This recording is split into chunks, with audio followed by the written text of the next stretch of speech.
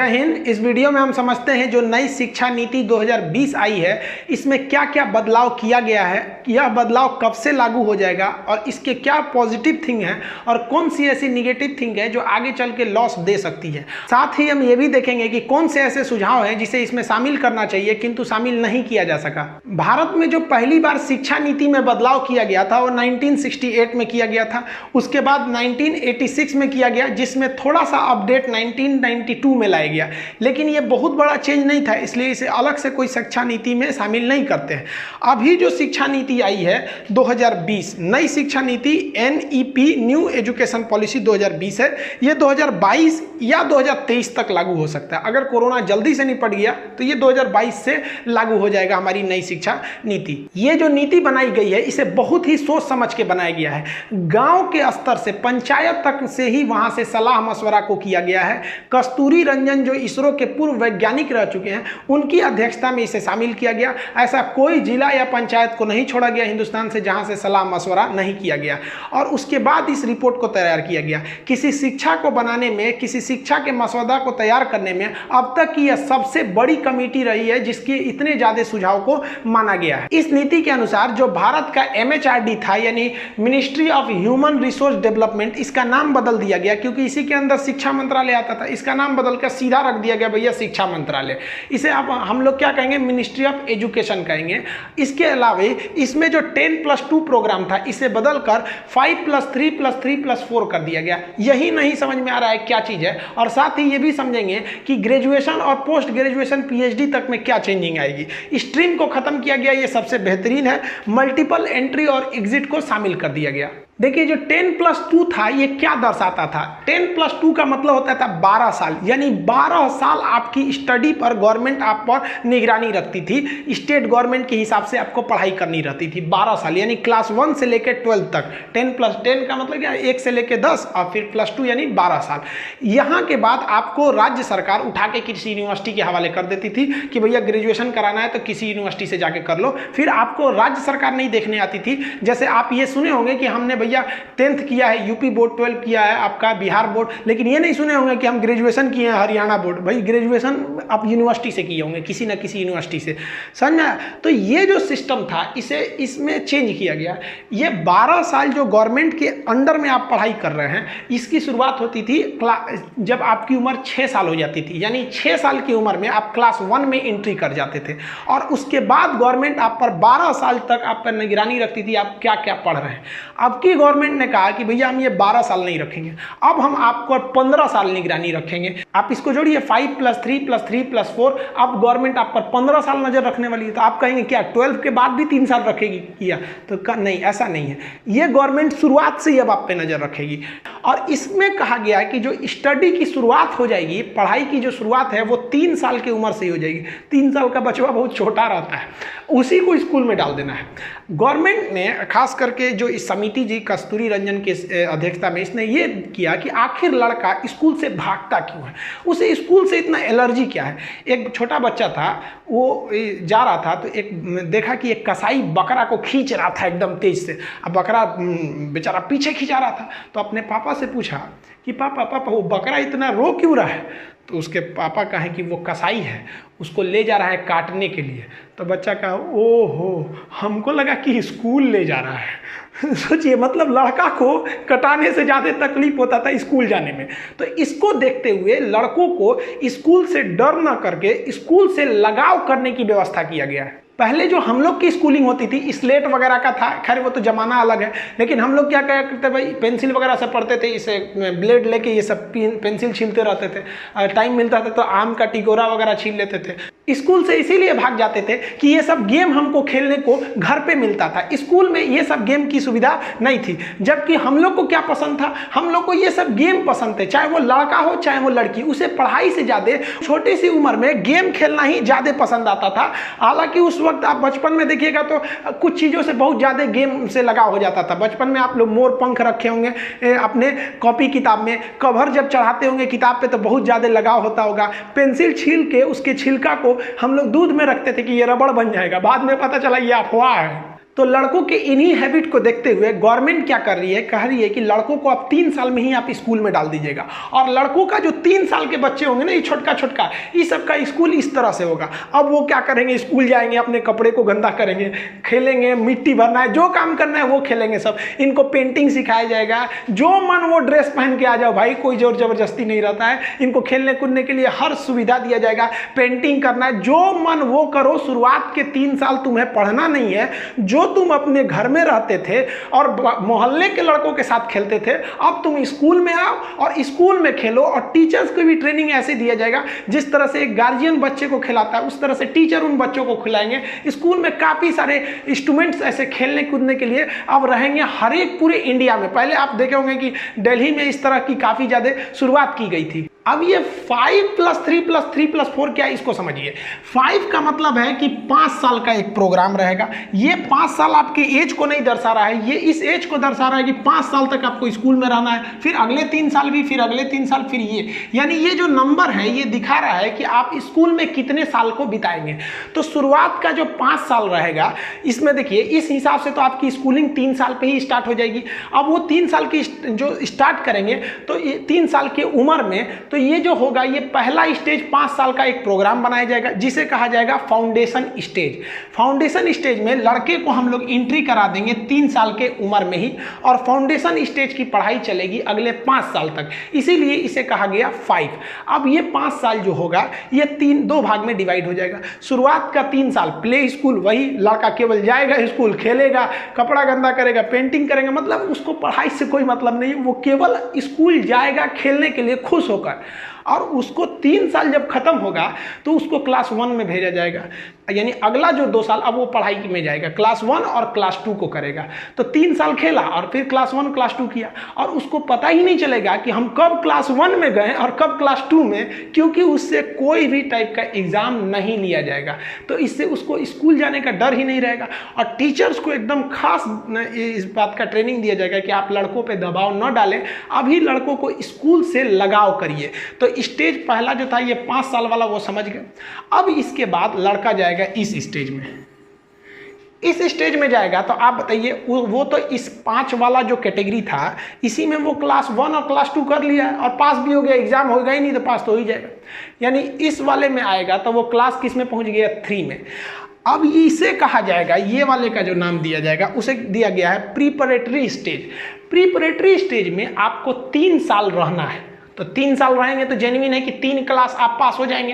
तो कहाँ से अब इसमें स्टार्ट कीजिएगा, 1 और 2 तो वहीं पार हो गए। तब इस स्टेज में आपको 3 साल रहना है, तो कौन कौन से क्लास हो जाएंगे, क्लास 3, क्लास 4, क्लास 5। ये समझ में आ गया आपको, इस स्टेज में रहना है। अब यहाँ पर इस तरह से एजुकेशन को डिजाइन किया जाएगा कि लड़के को कुछ एक्टिविटी भी कराते रहिए और उसे पढ़ाई से अब रूबरू भी कराइए। अब उसे पोएम्स याद करने को दीजिए और भी कई चीज़ों को स्टडी से अब धीरे धीरे उसे जोड़ते रहिए। अब यहाँ पे जो समिति ने कहा, जो मेन बात, कि इसकी जो पढ़ाई होगी वो लैंग्वेज पे जो होगा वो रीजनल लैंग्वेज होगा या नेशनल लैंग्वेज होगा। यानी अगर महाराष्ट्र में है तो मराठी में पढ़ाइए उसको, कब तक, क्लास 5 तक, यानी इस वाले स्टेज में।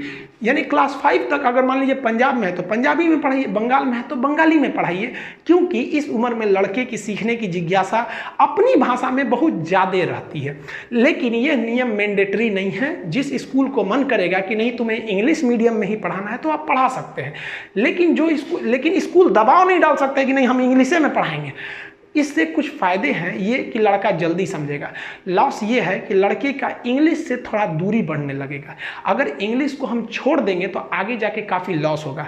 अमेरिका में आज भी इंडियन सॉफ्टवेयरों को ज़्यादा वैल्यू दिया जाता है, क्योंकि हमारे यहाँ का छोटा मोटा आदमी भी टूटी मुटी इंग्लिश बोल देता है, जबकि चाइना में कर्नल रैंक का अधिकारी अंग्रेजी नहीं बोल पाता है, क्योंकि उन्होंने यही गलती कर दिया, उन्होंने अपनी ही भाषा में करने लगे। तो इसको देखिए, सरकार ने दोनों रास्ते अपनाए हैं कि जिन्हें इंग्लिश मीडियम में पढ़ना है वो इधर चले जाए और जिन्हें रीजनल करना है वो रीजनल में आ जाए। तो ऐसा नहीं है कि सरकार ने एक रीजनल चाइना की तरह रास्ते बंद कर दिए, नहीं आपको रीजनल लैंग्वेज में ही पढ़ना है। वहाँ यही हाल होता है। आज भी वर्ल्ड लेवल में हम चाइनीज से केवल एक मामले में आगे हैं, वो ये है कि विदेश में नौकरी लेने की। विदेश में कोई चाइनीजों को नौकरी नहीं देता है, क्योंकि उसे शुरू से अपनी भाषा में चाँव चू पढ़ा है, वहाँ कोई क्या कर रहा है उसको समझे में नहीं आता है। इंडिया वालों को कोई दिक्कत नहीं है, कुछ भी नहीं पढ़ा है फिर भी थोड़ा मोड़ा इंग्लिश समझ जाता है। तो इसी पर लेकर थोड़ा सा घमासान है। और ये घमासान क्यों हो रहा है हमको नहीं समझ में आ रहा है भाई साहब, जब गवर्नमेंट कह ही रही है कि ये ज़रूरी नहीं है, लेकिन हाँ आप इसे रीजनल में उपलब्ध कराएंगे। इस जो स्टेज है, ये स्टेज, इसमें लड़का क्लास 5 तक रहता है और इसी स्टेज में उसको एग्ज़ाम देना है। यानी इसमें क्लास 3 में एग्ज़ाम शुरुआत होंगे, मतलब एग्ज़ाम की शुरुआत अब नर्सरी से नहीं होगी बल्कि क्लास 3 से उसमें एग्ज़ाम देने उसे चालू किया जाएगा और उसे पढ़ाई से अब धीरे धीरे जोड़ दिया जाएगा। अब इसके बाद स्टेज आता है अगले 3 साल का प्रोग्राम। अब जब ये अगला 3 साल का प्रोग्राम रहेगा तो फिर तो लड़का 3 क्लास को पार करेगा। 3 साल एक क्लास में नहीं बैठल रहेगा, तो कोई ना हर साल क्लास क्रॉस करेगा। तो ये जो उसका ये सेकेंड स्टेज था, इसी में लड़का 5 तक कर लिया है। तो इस स्टेज में एंट्री कहाँ से मारेगा? क्लास 6 से मारेगा। तो इसे नाम दिया जाएगा हम मिडिल स्टेज। ये भी 3 साल का है। एंट्री कहाँ से मारा? 6, 7, 8, यानी यहाँ तक में इस स्टेज में लड़का क्या करेगा? इस 3 साल में वो क्लास 6, 7, 8 को पास करेगा। एग्जाम तो चालू हो गए हैं क्लास 3 से ही। इसमें क्या दिया गया?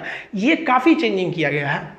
लड़के को कंप्यूटर नॉलेज दिया जाएगा, कोडिंग सिखाया जाएगा। कोडिंग मतलब होता है सॉफ्टवेयर वगैरह कैसे बनाना है, मतलब एकदम अब क्लास 6 से सॉफ्टवेयर नहीं बनाने लगेगा, लेकिन उसे कंप्यूटर का नॉलेज अब दिया जाने लगेगा। और इसके लिए माइक्रोसॉफ्ट ने कई प्रोग्राम भी बनाए हैं जो फॉरेन स्कूल्स में चलाए जाते हैं। साथ ही यहाँ वोकेशनल कोर्स चलाए जाएंगे। वोकेशनल कोर्स एक तरह का टेक्निकल कोर्स होता है। जैसे कोई लड़का इस स्टेज में आ गया, इस वाले 3 ईयर वाले प्रोग्राम में, यानी वो या तो 6 में होगा या तो 7 में या तो 8 में होगा। अब वो लड़का को मन है कि वो सीखना चाहता है कि चौकी, पलंग, बेंच वगैरह कैसे बनाया जाता है, कारपेंटर का काम सीखना चाहता है, तो नो डाउट वो वोकेशनल कोर्स के थ्रू सीख सकता है। अगर कोई लड़की है, उसे शौक है कि खाना बनाने के लिए सीखना है, अगर उसे शौक है कि सिलाई कैसे करना है, तो वो भी सीख सकते हैं, उसमें भी उसको मार्क्स मिलेंगे। तो ये काफ़ी बढ़िया है। किसी को मछली पालन सीखना है, किसी को बढ़ई का काम सीखना है, मतलब जो काम सीखना चाहे आप सीख सकते हैं। किसी लड़के को शौक है, जैसे हम क्लास 4 में थे तो नम्रता मैडम थी, नम्रता ग्रेस परमार, तो उन्होंने हमको फर्स्ट एड सिखाया था कि कैसे पट्टी बांधा जाता है, कैसे क्या किया जाता है। तो हम छोटे थे तो दादाजी को कुछ हुआ भी नहीं रहता था तो उनको ले आके एक पट्टी बांध देते, देखिए हमको पट्टी बांधना सिखाया गया। तो काफ़ी अच्छा लगता है उस समय, क्योंकि उस समय आपको ये नहीं रहता है कि नौकरी क्या चीज़ होती है, जिम्मेदारी क्या चीज़ होता है। वो ज़िंदगी एक राजा की ज़िंदगी होती है, कोई टेंशन ही नहीं रहता है। तो उसी के हिसाब से लड़के की दिलचस्पी कहाँ है, वो उस अपने हिसाब का वोकेशनली कोर्स में चला जाएगा और इसके बदले उसको क्या मिल जाएगा? भाई मार्क्स भी मिलेंगे सब, उसमें क्या दिक्कत है। और मैथ की जो पढ़ाई जैसे हम लोग 6, 7 में किए थे, और साइंस और आर्ट्स वो भी किया जाएगा, जैसे था वैसे ही चलते रहेगा, इसमें कोई चेंजिंग नहीं है। हाँ, इसमें एक और चीज़ है कि आप मैथ, साइंस, सोशल साइंस के अलावे आप इंडिया की कोई लैंग्वेज को भी पढ़ना पड़ेगा आपको। जैसे मान लीजिए आप संस्कृत ले सकते हैं, उर्दू ले सकते हैं, मैथिली भाषा ले सकते हैं, मतलब इंडिया में जितनी भाषा है उसमें इंडियन लैंग्वेज में से आपको एक तो भाषा पढ़ सकते हैं। यहाँ तो आप ये वाला भी स्टेज अब समझ गए। अब आप जा रहे हैं इसके अगले स्टेज में, यानी ये वाले में। अब यहाँ बताइए, इसमें आपको 4 साल रहना है और वहाँ आप 8वीं तक पढ़ चुके हैं। इस स्टेज में आप 8वीं क्लास तक पढ़ चुके हैं, तो यहाँ से एंट्री कहाँ से मारेंगे? 9, 10, 11, 12, ये चौथे वाले में स्टेज में एंट्री करेंगे। इसको समझते हैं। अब ये वाला हो गया स्टेज, इसे कहा जाएगा सेकेंडरी स्टेज। सेकेंडरी स्टेज में आपको 4 साल रहना है और 4 ठो क्लास आप पार करेंगे। स्टार्ट कहाँ से करेंगे? 9th से लेकर 12th तक। इसमें एक बड़ी चीज़ क्या कर दिया गया है कि आपको एग्ज़ाम अब साल के लास्ट में नहीं देना पड़ेगा। अब आपको जो एग्ज़ाम देना पड़ेगा वो सेमेस्टर वाइज हर 6-6 महीने पे आपको एग्ज़ाम देने पड़ेंगे। ऐसे देखेंगे तो 4 क्लास पार करने में 4 ठो एग्ज़ाम देना है, लेकिन अब इसी 4 क्लास को पार करने में 8 एग्ज़ाम देने हैं। इससे फ़ायदा क्या होगा कि लड़कों में एक एग्ज़ाम के प्रति डर रहेगा और वो जल्दी पढ़ाई करेंगे। वरना अमूमन यही देखा जाता था कि फाइनल एग्ज़ाम फरवरी मार्च में होते थे तो लड़का जनवरी से पढ़ना चालू करता था, प्रेशर उसको उस वक्त आता था। अभी 6-6 महीने से एक थोड़ा सा फायदा यही रह जाएगा लड़कों में। और इसमें जो बात है कि उसको स्ट्रीम नहीं चुनना पड़ेगा। जैसे आप 10th पास करते थे तो आपसे पूछा जाता था 11th में जाएंगे इंटर में तो आप साइंस से पढ़ेंगे कि कॉमर्स से कि आर्ट्स से। अब वो सिस्टम खत्म कर दिया जाएगा। अब क्या किया गया, स्ट्रीम हटाकर मल्टीपल सब्जेक्ट। जैसे मान लिया कि कोई लड़का गया, उसने 9th पास किया 10th में, या 10th पास करके इंटर में गया, तो उसको क्या करना है, सब्जेक्ट लेना है। अब मान लीजिए उसका मैथ अच्छा है तो मैथ ले लिया, साथ ही उसकी दिलचस्पी बायोलॉजी में है तो बायोलॉजी ले लेगा, और इसके अलावा उसको भूगोल पढ़ने में बहुत शौक है तो ज्योग्राफी भी ले लिया। अब कोई मतलब नहीं, कोई लड़का आया तो बायोलॉजी ले लिया, इतिहास ले लिया, फिर उसको कॉमर्स में भी मतलब है तो अकाउंटिंग ले लिया, यानी कॉमर्स से अकाउंट ले लीजिए, साइंस से आप बायोलॉजी केमिस्ट्री ले लीजिए, उधर मैथ ले लीजिए, मन करते हिंदी ले लीजिए। अब ये नहीं है कि आप किस स्ट्रीम के हैं तो क्या पढ़ रहे हैं, ये बहुत बेहतरीन किया गया है। हम लोग के वक्त में ये नहीं था। हालांकि हम जो पढ़ाई किए हैं 10th तक तो CBSE बोर्ड से किए हैं, उसके बाद से 12th साइंस से कर दिए, फिर BSc इंग्लिश ग्रेजुएशन कर लिए, इंग्लिश मीडियम ही होता है, BSc physics chemistry math honours था। उसके बाद PG में हम ज्योग्राफी ले लिए, PhD में हम इन्वायरमेंटल साइंस। तो हम तो खुद ही खिचड़ी ही लेके पढ़े थे। हम कहीं जाते थे, लोग कहते थे कि अजीब नज़र से हमको देखते थे, ये कैसे पढ़ाई की हो, खिलवाड़ की हो क्या? हम कहे भाई साहब खिलवाड़ नहीं किए, पूरी दुनिया ऐसे ही पढ़ती है। और पढ़ाते वक्त में भी आप देखिए, हम BSc किए हैं, ज्योग्राफी पढ़ाते हैं, नक्शा पढ़ाते हैं, तो पटना में लोग कहते थे कैसे पढ़ा सकते हैं, BSc किए हैं, साइंस के स्टूडेंट कभी भूगोल पढ़ा सकता है? अरे भाई अब नींद से जगे हैं, अब समझ में आ रहा है ना, अब कोई भी पढ़ा सकता है। तो हम लोग तो भाई बहुत पहले से कर लिए, वो लग बाई चांस था। लेकिन अब आप सब लोग को ये सौभाग्य मिलेगा कि आपकी जो दिलचस्पी है वो लीजिए। होता क्या था, कभी लड़कों को साइंस बहुत अच्छा था, बायोलॉजी अच्छा था, केमिस्ट्री अच्छा था, लेकिन उसको मन था कि नहीं हम पॉलिटी भी पढ़ें, लेकिन वो क्या कर सकता है, नहीं पढ़ सकता। अब वो पढ़ लेगा, अब उसके लिए कोई दिक्कत की बात नहीं है। और सब्जेक्ट जो चॉइस करना था वो पहले आपको क्या था कि मैट्रिक तक आप सबका एक ही सब्जेक्ट रहता था, सबको मैथ पढ़ना है, सबको साइंस पढ़ना है, सबको जो मतलब एक कॉमन सब्जेक्ट रहता था। 12th में जाके चेंज होता था। अभी वो चीज़ क्या हो जाएगी, इसी सेकेंडरी स्टेज यानी 9th से ही आपको जा सकते हैं। और अब तो आपको स्ट्रीम के रहे ही नहीं कि साइंस के हैं कि कॉमर्स है, मन करे तो कहीं से ले लीजिए, 2 सब्जेक्ट कॉमर्स से ले लीजिए, एक तो यहाँ से एक तो यहाँ से, मतलब एकदम खिचड़ी बफर सिस्टम बना दिया। यहाँ से जाइए ऐसे ऐसे ले लीजिए, जो मन वो जो आपको अच्छा लगे। और इस स्टेज में जो लड़कों की जो पढ़ाई का लेवल रहेगा वो क्रिटिकल थिंकिंग रहेगी, यानी लड़कों में ये रटंत विद्या नहीं रहेगी कि गांधी जी ने कांग्रेस अधिवेशन किया, बेलगाम अधिवेशन किया, गांधी जी ने भारत छोड़ो आंदोलन किया, दुनिया ये सब नहीं रहेगा। आपको इस तरह से डिसाइड किया जाएगा, इस तरह से पढ़ाया जाएगा कि आप में थिंक डेवलप हो कि अगर गांधी जी नरम दल ना होकर गरम दल वाले रहते तो क्या होता, अगर गांधी जी जैसा कोई मतलब आंदोलनकारी नहीं आया रहता तो क्या हो सकता था। इस तरह से आपको थिंक बिल्ड की जाएगी। अब ये डिपेंड करेगा कि NCERT किस तरह से इसके सिलेबस को डिसाइड करती है, इस पर गवर्नमेंट आगे एक्शन लेती रहेगी। और इसमें एक और चीज़ क्या खासियत बना दिया गया है कि इसमें जो फॉरेन लैंग्वेज भी आप पढ़ सकते हैं। आपका मन है आप जर्मन पढ़िए, चाइनीज पढ़िए, रशियन पढ़िए, जो मन आप इसमें एक फॉरेन लैंग्वेज भी पढ़ सकते हैं। इंडिया चाइना के विवाद को देखते हुए इंडिया गवर्नमेंट ने डिसीजन लिया है कि नई शिक्षा पॉलिसी में हम जो फॉरेन लैंग्वेज है उसमें जो चीन की मंडारिन भाषा है उसको शामिल नहीं करेंगे। हालांकि हमारे हिसाब से ये डिसीजन उतना अच्छा नहीं है, क्योंकि अगर हमारे यहाँ के स्टूडेंट चाइनीज भाषा को पढ़ते तो वो चाइना की चीज़ों को अच्छे से समझ सकते थे, वहाँ जाके इन्वेस्टमेंट कर सकते थे, वहाँ की नीतियों को समझने में उन्हें आसानी होती और हमारा ही वहाँ से व्यापार बढ़ता। तो ये हम लोग ने जो इस टेंशन के वजह से ये जो डिसीजन लिया, हमारे ख्याल से ये डिसीजन उतना अच्छा नहीं है। विवाद के बावजूद हमें उनका भाषा पढ़ना चाहिए, वो भी चाइनीज लोग हैं वो जो हमारे इंडियन भाषा को पढ़ते हैं। बट हमको ऐसा लगता है कि कुछ समय बाद जब ये टेंशन जो इंडिया चाइना का खत्म होगा तो गवर्नमेंट फिर इसमें थोड़ा सा रिवाइज करते हुए चाइनीज भाषा को अलाउ कर देगी। आगे आप क्या सोचते हैं इसको कमेंट करके बताइएगा कि ये गवर्नमेंट का डिसीजन सही है या इसको दोबारा सोचना चाहिए। तो हर स्टेज के कुछ अपने विशेषता है, जैसे इसमें आपको फॉरेन लैंग्वेज पढ़ सकते हैं। इसके ऊपर वाला जो 3 साल वाला स्टेज था उसमें आप एक इंडियन लैंग्वेज को पढ़ सकते हैं। इससे पहले वाला जो स्टेज था उसमें अगर आप ध्यान देंगे तो इससे पहले वाला स्टेज में जो ये वाला 3 वाला था इसमें आपको क्या था, एग्जाम स्टार्ट हुई थी। और जो शुरुआती 5 वाला स्टेज था उसमें तो भाई टेंशन है नहीं, कोई मतलब नहीं, स्कूल में जाके खेलो बढ़िया से। अब क्या होगा, जो छोटका लड़का आएगा सब अब जल्दी जल्दी उठेगा, सब अब भागेगा सब कि स्कूल जाना है हमको। पहले डरता था सब, अब स्कूल जाएगा सब क्योंकि उसको प्ले स्कूल ले जाना है। तो इस 5 वाले में क्या है कि आपका एग्जाम नहीं होगा। इस 3 वाले में आपकी एग्जाम स्टार्ट होगी। इस 3 और ये वाला 3 वाले की एक और विशेषता है कि आपकी पढ़ाई आपके रीजनल लैंग्वेज में होगी, मन है तो इंग्लिश मीडियम में भी पढ़िए। इसमें क्या हो जाएगा कि भाई आपको एक इंडियन लैंग्वेज पढ़ना है, और इस वाले में आपको क्या हो जाएगा कि आपका मन है तो आप एक फॉरेन लैंग्वेज भी पढ़ सकते हैं। तो ये जो चेंजिंग किया गया, आप ये समझ गए ना, 5 + 3 + 3 + 4, यानी ये वाले भी जो पैटर्न जो अभी बना है वो यहाँ जाके कहाँ खत्म हो रहा है, 12th क्लास में भी खत्म हो रहा है। लेकिन ये स्टार्ट पहले से ही हो जा रहा है 3 साल से, और ये पुराना वाला भी 12th पे जाके खत्म हो रहा था, लेकिन ये स्टार्ट हो रहा था 6 साल से। अब लड़कों के दिमाग में, आप लोग के मन में आ रहा होगा कि ग्रेजुएशन और PG वगैरह वाले में क्या होगा। ग्रेजुएशन को समझिए ध्यान से, ग्रेजुएशन जो है अब कर दिया गया है 4 साल का।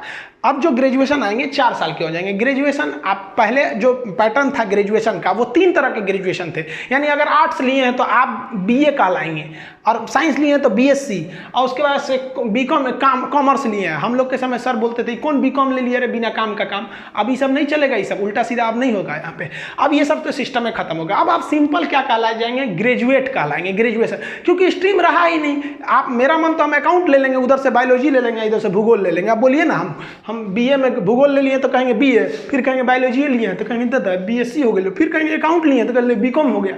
तो अब ये सब का तो झमेले खत्म हो गया यहाँ पे। अब आप सीधे क्या कहलाएंगे, ग्रेजुएट कहलाएंगे। अब ये 4 साल का कर दिया गया और बहुत बेहतरीन किया है। देखिए ध्यान से इसको बारीकी से समझिए। अगर आप फर्स्ट ईयर पास कर गए, पहला साल, तो आपको जो सर्टिफिकेट मिलेगा उस पर लिखा रहेगा ग्रेजुएट सर्टिफिकेट।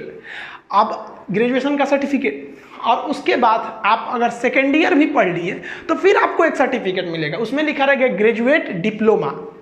अब कभी कभी क्या होता है, किसी की पैसे का प्रॉब्लम हो जाता है, उसकी पढ़ाई छूट जाती है।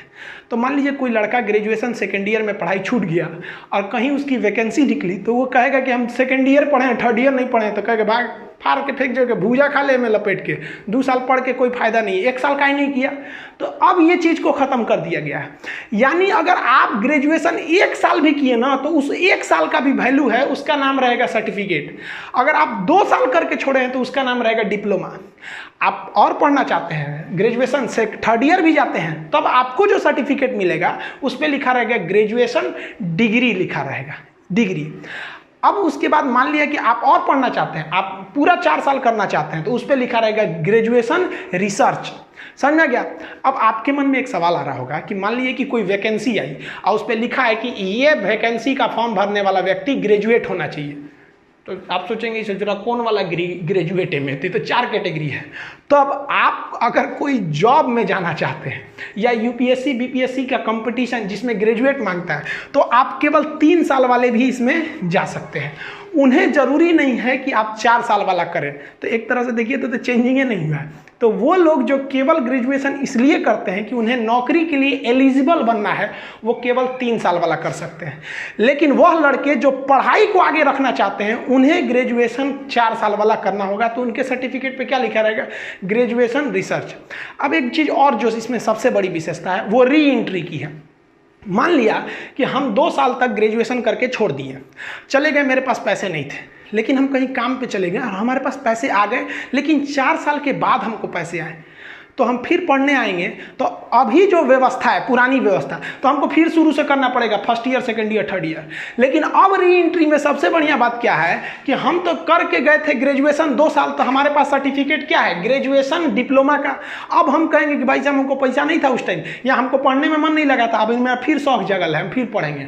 तो अब की जो पढ़ाई होगी हमारी थर्ड ईयर से शुरू होगी और हमको सर्टिफिकेट तो ये 2 तो मिल ही चुका है और फिर यहाँ से मिलेगा। मतलब आप अगर पढ़ाई को कहीं ड्रॉप कर दिए हैं और अगर 10 साल बाद भी आते हैं ना, तो जहां से ड्रॉप किए हैं वहीं से पढ़ना पड़ेगा, ये फायदा। और एक और फायदा कि आप जितना पढ़ाई किए हैं उतने का वैल्यू मिलेगा।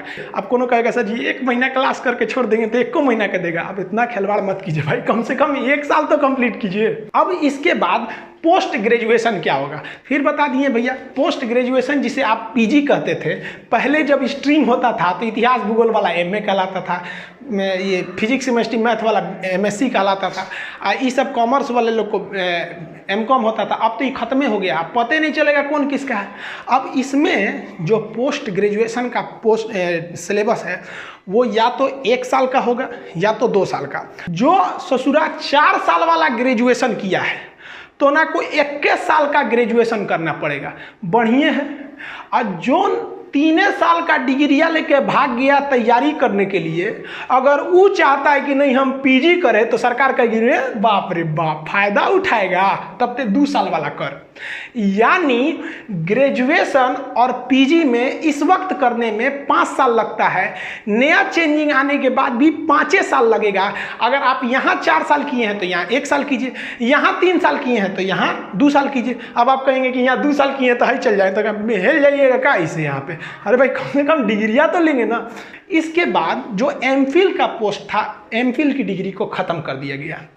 पीएचडी है जो डॉक्टर ऑफ फिलॉसफी, पीएचडी अब 4 साल का होगा, इसमें कुछ खास चेंजिंग नहीं किया गया है। अब इसके सिलेबस कैसे कैसे होंगे ये गवर्नमेंट आगे जो बताएगी तो हम बता देंगे कि किस तरह से सिलेबस क्या होगा, इसमें सर्टिफिकेट, डिग्री, डिप्लोमा में मतलब क्या क्या पढ़ाया जाएगा, उसको तो आगे का चीज़ है। अभी गवर्नमेंट इसमें बहुत कुछ नहीं बताई है, केवल अपना फॉर्मेट दिया है जिसको हम आपको समझा दिए। ये नियम लागू होने वाले हैं 2022 से, अभी किसी को कोई टेंशन लेने वाला नहीं है, क्योंकि अभी कोरोना है, फिर अभी गवर्नमेंट को भी इसको तैयार करने में काफ़ी टाइम लगते हैं। ऐसा थोड़ी पापड़ तल रहे हैं, दाएं दे हो गया यहाँ पर कुछ। आप इसके समझते हैं कि पॉजिटिव और निगेटिव थिंग्स। देखिए इसकी पॉजिटिव थिंग क्या है कि इसमें जीडीपी का 6% कहा गया है, ये बहुत बड़ा अमाउंट है। अब ये जब दे दिया जाएगा तभी आप कंफर्म समझिएगा कि अभी तो हम लोग जीडीपी का 3% लगभग में यूज़ कर रहे हैं, वो भी पूरा 3% नहीं है।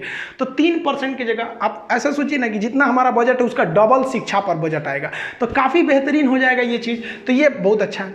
दूसरा इसमें सबसे बेहतर क्या किया गया है कि स्कूल की जो फीस रखते थे ना प्राइवेट वाले, पता ही नहीं चलता था। जो कोनो स्कूल वाला ऐसा भी थे साहब कि उन सब का सालाना फीस था 3 लाख 4 लाख, ऐसा स्कूल थे सब। तो गवर्नमेंट कह दिया कि भाई साहब देखिए, हम स्कूलों की जो प्राइवेट स्कूल हैं उनकी कैटेगरी बना देंगे कि इस कैटेगरी का स्कूल है और मैक्सिमम इतना ही फीस रख सकता है। अब उससे कम हो सकता है, ज़्यादा नहीं। जैसे आप किसी चीज़ की एमआरपी ले आने जाते होंगे, किसी चीज़ को सामान खरीदते हैं, उसमें एक एमआरपी लिखा रहता है, मैक्सिमम रिटेल प्राइस, उससे कम ही मिलता है, उससे ज़्यादा नहीं मिलेगा। ज़्यादा मिलेगा तो पे केस हो जाएगा। तो स्कूल की जो मनमानी फीस चलती थी, अब गवर्नमेंट क्या है कि उसको फिक्स कर देगा। अब क्या होगा कि गवर्नमेंट को वोट मांगने जाना है, इसलिए गवर्नमेंट जो वोट मांगने जाएगी तो ज़्यादा फीस यहाँ से अलाउ नहीं करेगी। नहीं तो प्राइवेट स्कूल वाला कहेंगे सर तब ना कि हम क्या करें, गवर्नमेंट नहीं बोला है कि इतना फीस लेना है। अभी तो प्राइवेट वाला कहते हैं कि भाई पढ़ाना है तो पढ़ाइए, नहीं तो मत पढ़ाइए। तो अब गवर्नमेंट फिक्स कर देगी कि भैया आप कितने भी बड़े स्कूल वाले हैं, एक फिक्स, अब ये कितना करेगी अभी बताई नहीं है। उसके अलावा जो सबसे बेस्ट हमको लगा वो वोकेशनल चीज़ लगा कि अब लड़कों को प्रैक्टिकल नॉलेज हो जाएगा। प्रैक्टिकल नॉलेज बहुत बेहतरीन है, लड़कों को प्रैक्टिकली पढ़ाया जाएगा। कैसे पढ़ाई होगी इसका हम आपको जून महीने में एक वीडियो बनाए थे, थर्मल पावर प्लांट, बिजली कैसे बनती है। आपको अगर फुर्सत मिलेगा तो इस वीडियो को ख़त्म करने के बाद डिस्क्रिप्शन में उसका लिंक देंगे, उसको देखिएगा। उसमें आपको बताया गया है कि एक 5 किलोमीटर स्क्वायर का पावर प्लांट जिसको आपको घूमने में कम से कम 2 घंटा लगेगा, उसे आधा घंटा 30 मिनट में किस तरह से पढ़ा के समझा दिया गया।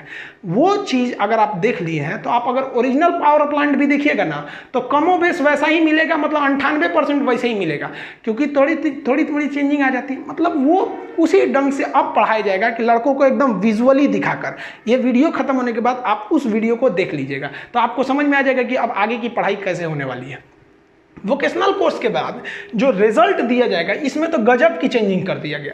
अब आपका रिजल्ट केवल इस बात पर डिपेंड नहीं करेगा कि आपके मार्क्स कितने आए हैं, कितना नंबर आप लाए हैं, इसके अलावे डिपेंड करेगा आप अपने आप को कितना नंबर देते हैं।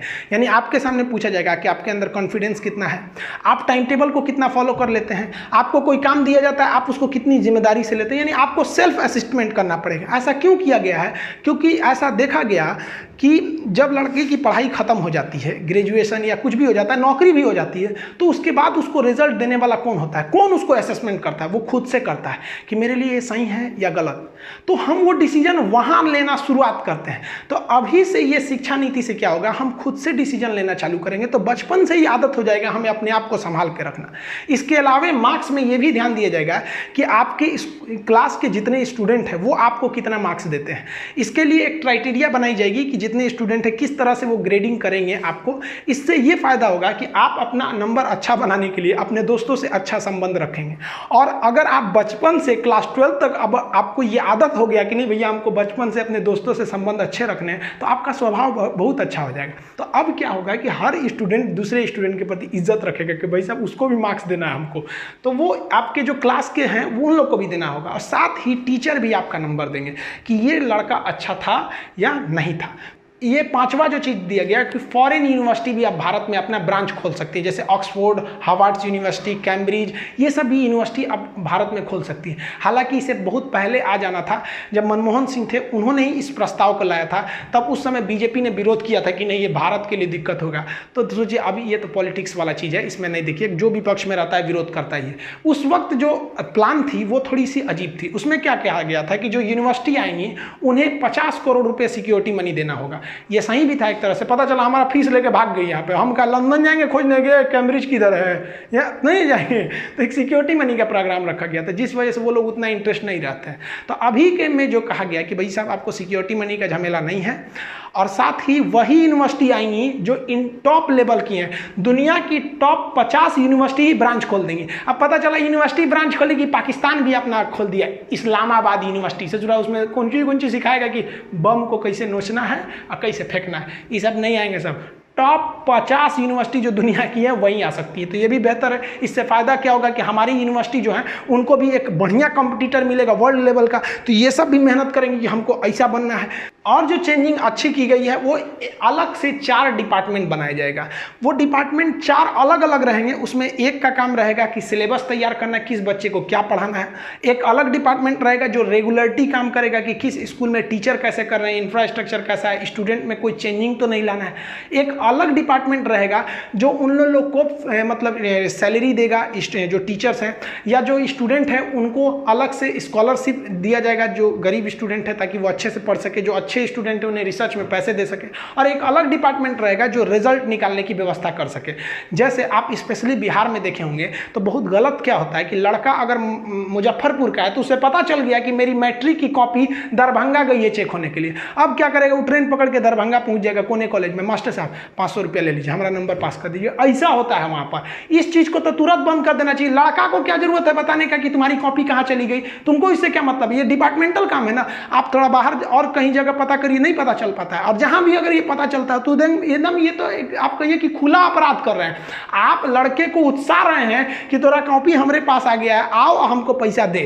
तो ये सब चीजें पे नकेल लगा दी जाएगी इसके बाद। और अभी एक और चेंजिंग जो है वो बताया नहीं गया खुल के, लेकिन हाँ एक टीचर्स के लिए भी एक कॉमन सेंट्रल लेवल का एक प्रोग्राम होगा और टीचर्स की भी ट्रेनिंग 4 साल की होगी। उसमें टीचर्स को बताया जाएगा कि लड़के को किस तरह से समझ में आता है। आप देखे होंगे कि कुछ टीचर होते हैं जो बहुत ज्यादा जानते हैं लेकिन समझा ही नहीं पाते हैं, और कुछ टीचर ऐसे आते हैं कि सोच रहे हैं मुर्दा को भी समझा देते हैं, एकदम फटाफट समझ में आ जाता है। आप इस चीज को, इस टॉपिक को भी देखिएगा, जो चीज हम आपको बता रहे हैं कि बहुत से लोग इसको भी बताए होंगे लेकिन बड़ा कॉम्प्लिकेटेड कर देते होंगे, कुछ लोग इसको बहुत सिंपल कर देते हैं। तो यही सब समझाया जाएगा इसमें कि कैसे कैसे एक टीचर्स को मतलब होना चाहिए कि बच्चे में इंटरेस्ट जगा दे। और ये हकीकत भी है। देखिए अगर कोई लड़का टॉप करता है या कोई सेकंड आता है, कोई थर्ड आता है, तो ये उस लड़के की योग्यता है।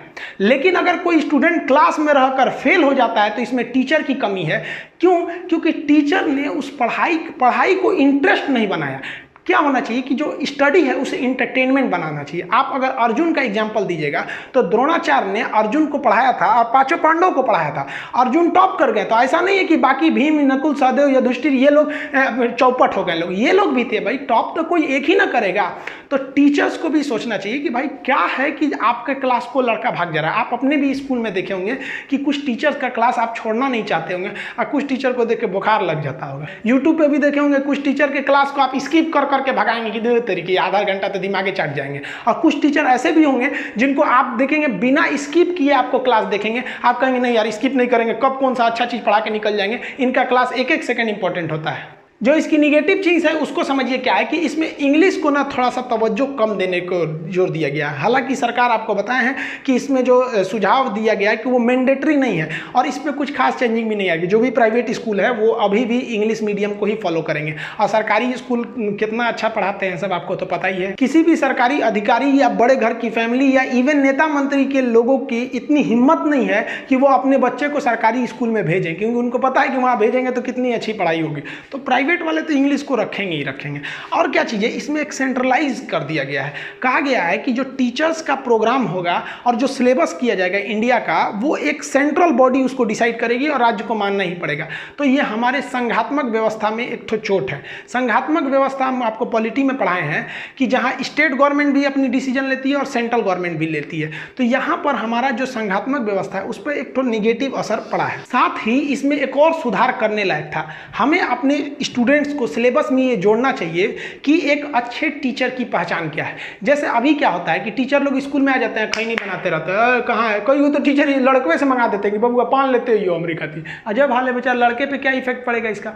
टीचर्स के लड़कों को भी ये एक तरह का आप समझिए कि किताब में लास्ट में एक पन्ना जोड़ देना चाहिए, एक अच्छे टीचर की पहचान। गुटखा पान खा रहा भाई, आपको अगर खाना है, आप बुरा मत मानिएगा, अगर आप खाते होंगे तो आप स्कूल के बाहर खाइए। 8 घंटे क्लास में अगर आप स्कूल के पीरियड में नहीं खाएंगे तो मर नहीं जाएंगे आप वहाँ से, लेकिन आपके वजह से एक लड़के का इमेज खराब हो जाता है। वो भी सोचेगा टीचर खा रहे तो हम क्यों नहीं खाएं। दूसरा, टीचर्स का जो पहनावा ओढ़ावा है उस पर भी एक इसके लिए भी एक कंडक्ट कोड होना चाहिए। आजकल क्या होता है कि जो खास करके इसे कोचिंग लाइन में हम कर रहे हैं, कोचिंग के टीचर जो होते हैं इतने महंगे कपड़े पहनने लगते हैं लोग ना, कि लड़के के अंदर एक अपने से एक तो भावना आने लगती है, यार सर इतने अमीर हैं। यार एक स्टूडेंट जो होता है ना, काफ़ी मीडियम फैमिली या गरीब लड़के ही ज़्यादा पढ़ने आते हैं कोचिंग इंस्टीट्यूट में, तो जो टीचर को देख के ना उसके अंदर एक लगने लगता है कि नहीं वो अमीर हैं, पैसे वाले हैं, इसलिए उतना पढ़ के वहाँ चले आए हैं, और हम गरीब हैं, हमारे पास उतना कपड़ा नहीं है अच्छे, तो नहीं। तो टीचर्स को भी सोचना चाहिए जो क्लास में जा रहे हैं एक सिंपल वे में जाएं, ताकि आपको लगे कि नहीं हाँ आप भी एक नॉर्मल इंसान हैं। बाकी आप अपने पर्सनल जिंदगी में घूमिए ना 2 करोड़ की लंबोर्गिनी कार खरीद के, कौन मना किया आपको। साथ ही आप देखे होंगे कि कुछ टीचर ऐसे होते हैं जो क्लास में आएंगे तो अपने बारे में बताने लगेंगे, हम ये हम वो। अरे भाई साहब, आप अपने ज़्यादा अपने बारे में क्या जरूरत है हाँकने का। नॉर्मल चीज़ें बताइए ताकि लड़कों को थोड़ा बहुत इंटरटेन भी होते रहे। और अगर आप बहुत पढ़ने में अच्छे भी थे या बहुत अमीर घर के भी थे तो लड़कों के सामने इस तरह से बोलिए कि देखो भाई हम भी बहुत कमज़ोर थे पढ़ने में, हम भी नॉर्मल फैमिली से आते थे, हम भी मेहनत किए, हम भी आगे आ सकते, तुम भी आ जाओगे। तो वहाँ क्या होता है, फेंकने लगते हैं लोग, हम ये थे हम वो थे। इस पे भी थोड़ा गवर्नमेंट को रोक लगाना चाहिए। और गवर्नमेंट क्या रोक लगाएगी, लड़कों को दे दो कि भैया ये चीज़ें अगर टीचर कर रहा है तो फालतू है। साथ ही टीचर्स को एक चीज़ और देखे होंगे कि एक टीचर दूसरे टीचर की बड़ी बुराई करता है, अरे वो फालतू पढ़ाता है, ये पढ़ाता है। अरे भाई आप कौन होते हैं बताने वाले, आप इस चीज़ के टीचर हैं कि कौन अच्छा पढ़ा रहा है कौन खराब पढ़ा है। लड़का बेवकूफ़ नहीं है, आज के वक्त में वो सब देख लेता है, और भला करे भगवान यूट्यूब का। तो आज जो टीचर के बारे में लड़का पहले क्या था कि एडमिशन लेने के बाद जानता था कि ये टीचर कैसा है कैसा पढ़ाएगा, अब यूट्यूब पे ही देख लेता है कि कैसा पढ़ाएंगे। तो सरकार को क्या करना चाहिए, किताबों के पीछे कुछ ऐसे लिस्ट दे देने चाहिए कि अगर ये चीज़ें आपके टीचर में हैं तो समझिए कि आपके टीचर अच्छे नहीं हैं, ये डी ग्रेड के चले जाएंगे। इससे क्या होगा कि वो टीचर को भी समझ में आएगा भाई साहब हर किताब के पीछे लिखा हुआ है कि गुटखा खाने वाला टीचर फालतू होता है। अब वो क्या होगा, उनको मन भी रहेगा ना तो गेट के बाहर खाएंगे, थूक थाक के आएंगे, कहेंगे हमको डी ग्रेड का घोषित कर देगा। इससे क्या होता है कि टीचर्स के ऊपर एक मनोवैज्ञानिक एक सामाजिक प्रेशर पड़ेगा और वो लड़कों के प्रति एक अच्छा व्यवहार करेंगे। वो जमाना गया जब द्रोणाचार्य और अर्जुन का रिलेशन। आज के वक्त में एक अच्छा टीचर वही है जो लड़के को एकदम फ्रेंडली व्यवहार करके पढ़ा सके। वरना अगर लड़के के अंदर ये भावना आ जाएगी कि ये मेरे टीचर हैं तो वो खुल के सवाल ही नहीं पूछ पाएगा। स्टूडेंट का लेवल नीचे होता है और टीचर का लेवल ऊपर होता है। अगर वो अपने लेवल से पढ़ा देगा तो इसको समझ में नहीं आएगा। तो करना क्या चाहिए कि टीचर्स को अपने लेवल को थोड़ा सा नीचे लाना चाहिए और स्टूडेंट को क्या करना चाहिए कि घर से पढ़ाई करके थोड़ा सा मेहनत करके अपने लेवल को थोड़ा ऊपर करना चाहिए। तब ये मैच होगा, तब कोई दिक्कत नहीं आएगी। लेकिन अभी क्या है कि टीचर जो है अब और ऊपर लेवल से पढ़ा रहा है, लड़का क्या घर में पबजी खेल रहा है, उसको और कोई फुर्सत नहीं है। तो दोनों की जिम्मेदारी बनती है, तभी हम इस देश को ले जाएंगे आगे। शिक्षा का मतलब क्या होता है कि आपको एक अच्छा इंसान बनाना। कुछ लोग कहते हैं कि जो मैथ में इंटीग्रेशन समेशन पढ़े थे, इतिहास में जो पलासी का युद्ध, सिकंदर का आक्रमण, ये सब पढ़े थे, भूगोल उगोल में पढ़े थे, उस सब का अभी जरूरत क्या पड़ता है, हमको पढ़ाया क्यों? तो भाई साहब देखिए, पढ़ाई का अर्थ होता है कि आपके दिमाग को विकसित करना। जो व्यक्ति ये मैथ में पढ़ा होगा ना, इंटीग्रेशन समेशन, और ये जो अच्छे पढ़े लिखे लोग होते हैं वो कभी भी चाय की दुकान पर छोटे मोटे बहस में भाग नहीं लेते हैं। अगर आप उनको बहस में घेरिएगा ना तो कहेंगे अच्छा भैया ठीक है फिर मिलेंगे। और वही जो ये सब नहीं पढ़ा रहता है वो कहेगा, उल्टा सीधा बहस में फंस जाता है। तो पढ़ाई का उद्देश्य क्या होता है? सर्वांगीण विकास करना, आपके दिमाग का विकास करना। वरना आईएएस की पढ़ाई में जितना इतिहास भूगोल पढ़ाया जाता है उन लोग को, ड्यूटी लाने के बाद डीएम की कुर्सी पर बैठ के इस सब का कोई काम नहीं है। काम क्या है कि पढ़ाई के वक्त में जो अपने दिमाग को उसने विकसित किया, उस विकसित दिमाग का उपयोग वो नौकरी के बाद कैसे समाज की सेवा में करेगा, ये उद्देश्य होता है। और कहीं ना कहीं ये शिक्षा नीति का भी यही उद्देश्य था। हमारे हिसाब से अगर आप इसको रैंकिंग नंबर दीजिएगा तो 100% में ये 95% ये शिक्षा नीति फिट बैठती है। और दुनिया की तो कोई ऐसी चीज़ ही नहीं है जो 100% फिट बैठ जाए। किसी भी चीज़ में सुधार की गुंजाइश रहती है। आई होप हम आपको अच्छे से समझा पाए होंगे। मिलेंगे नेक्स्ट वीडियो में, तब तक के लिए जय हिंद। तू घटा है फुहार की, मैं घड़ी इंतजार की, अपना मिलना लिखा इसी बरस है ना।